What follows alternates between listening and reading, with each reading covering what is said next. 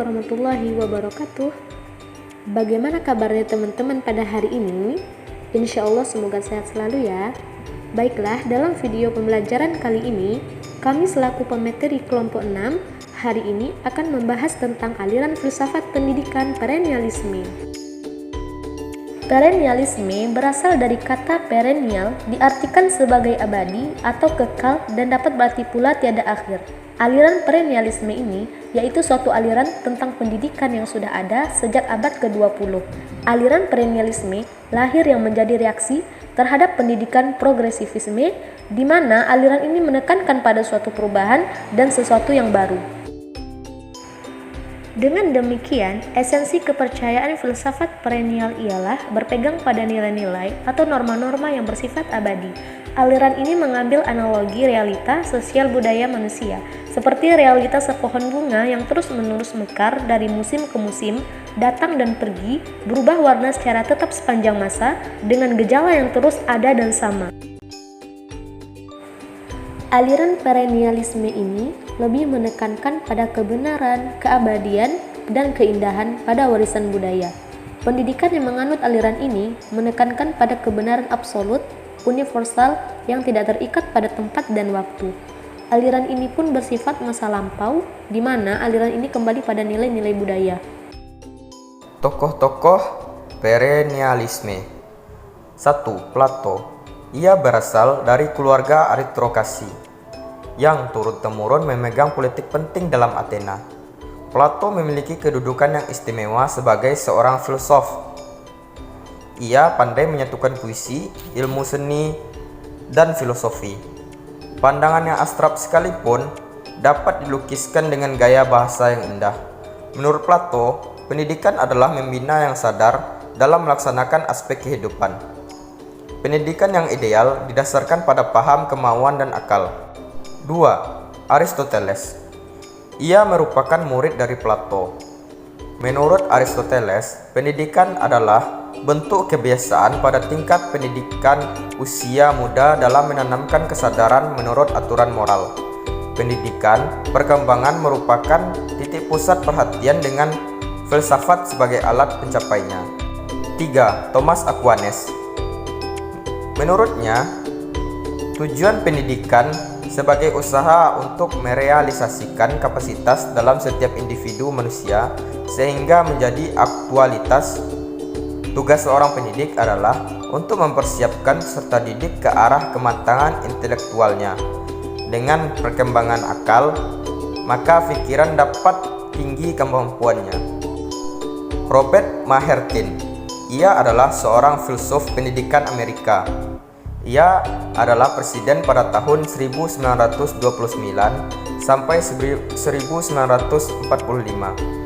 Ia mengemukakan bahwa manusia pada hakikatnya ialah makhluk rasional. Tujuan pendidikan yaitu untuk mencapai kebajikan. Menurutnya, pendidikan yang ideal yaitu pendidikan yang menumbuhkan intelektual. 5. Arthur Matler. Ia seorang penulis, pelopor pendidikan, filsuf Amerika Serikat.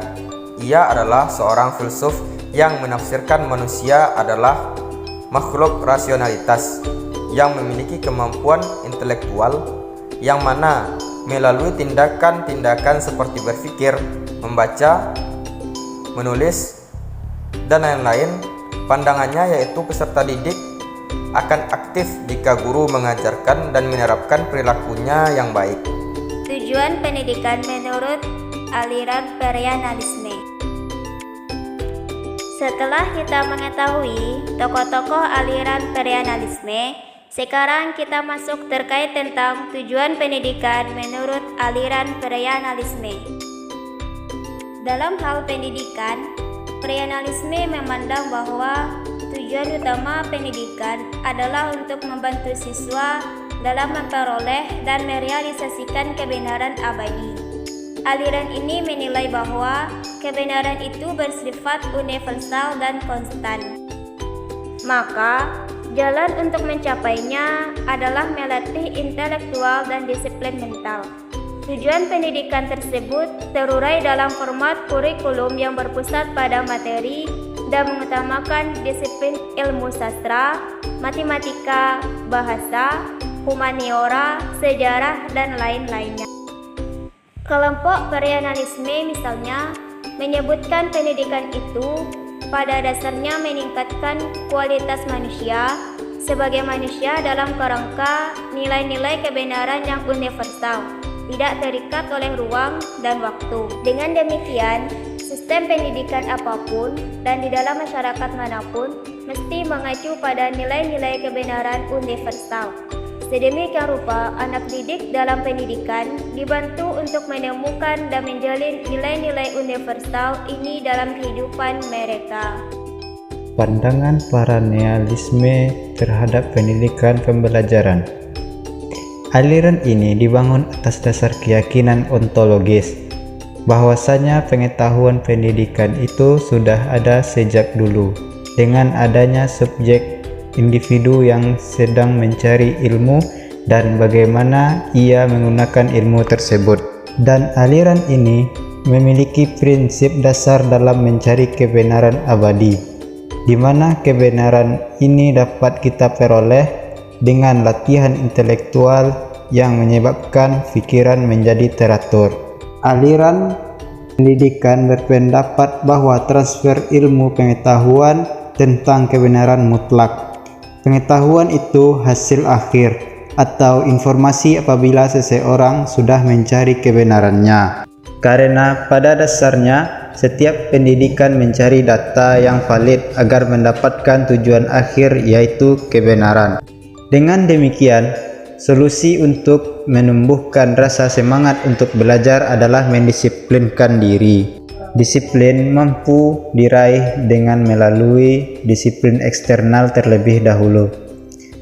Dapat disimpulkan bahwasannya belajar sangat penting untuk memecahkan suatu problem atau masalah dengan metode mencari kebenaran pada isi aliran ini. Dengan tanda kutip, boleh mengikuti adanya perkembangan teknologi, tetapi tidak menghilangkan nilai-nilai budaya aslinya. Pada aliran ini atau dikenal dengan aliran perennialisme, aliran masa lampau, menerapkan aliran perennialisme dalam pendidikan sangat dibutuhkan agar individu tidak menghilangkan nilai-nilai budaya yang sudah ada. Baiklah, sekian presentasi dari kami. Terima kasih atas perhatian teman-teman semuanya. Semoga apa yang kami sampaikan dapat menambah wawasan untuk kita semuanya di kemudian hari. Dan apabila ada tutur kata kami yang kurang berkenan, mohon untuk dimaafkan. Sampai jumpa. Wassalamualaikum warahmatullahi wabarakatuh.